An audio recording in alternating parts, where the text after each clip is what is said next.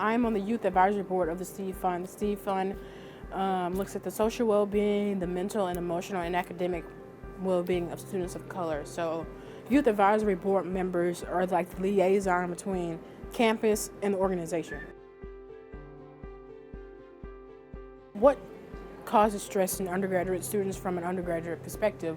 So financial stress, food insecurity, self-doubt with imposter syndrome.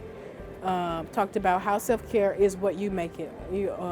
Professionals can tell us what self-care is and what it is not, but never tell us what we should do for self-care, because it's a really individualized type thing. So you want to do what works for you. What shouldn't professionals do when it comes to undergraduate students? Try not to always make it about relatedness to what we are into, like our culture. Try to make it more intimate. Talk about stuff that we care about. It's not always about what music we like or what trends follow. Just try to make it more comfortable in the space, like safe, personal, so that we can feel comfortable to come back.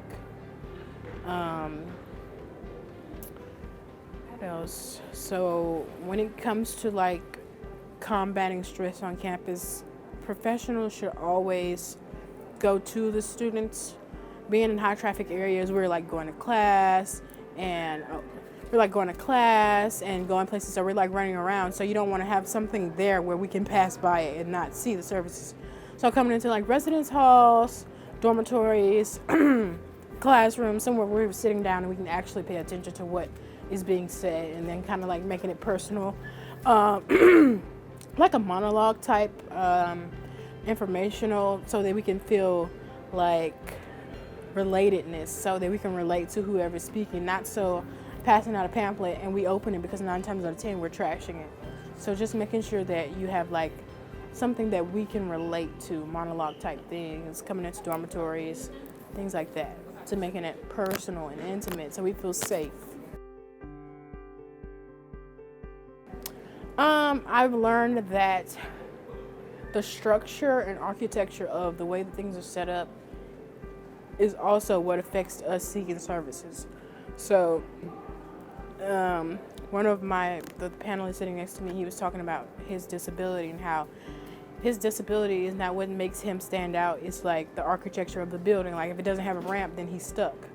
So it's like the structure, and even with non-disabled individuals, the structure and the function of the services, like at my mental health counseling center, it's not welcoming, it's ducked off, it's kind of like inside health services. So the structure of that, students won't see it.